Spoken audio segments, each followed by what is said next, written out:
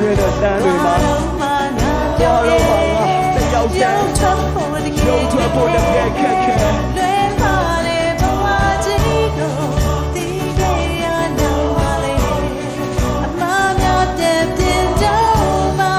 အလုံးနဲ့ငါဝဲ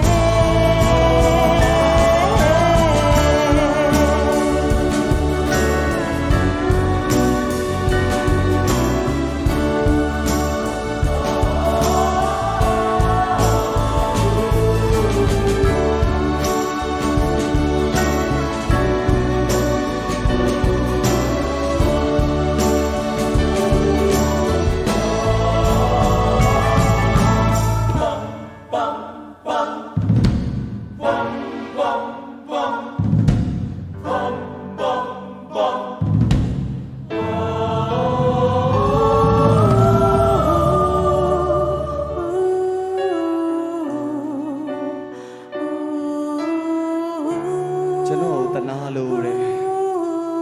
တိတ်နေတော့ငိုချပလိုက်တယ်ငိုသေးရော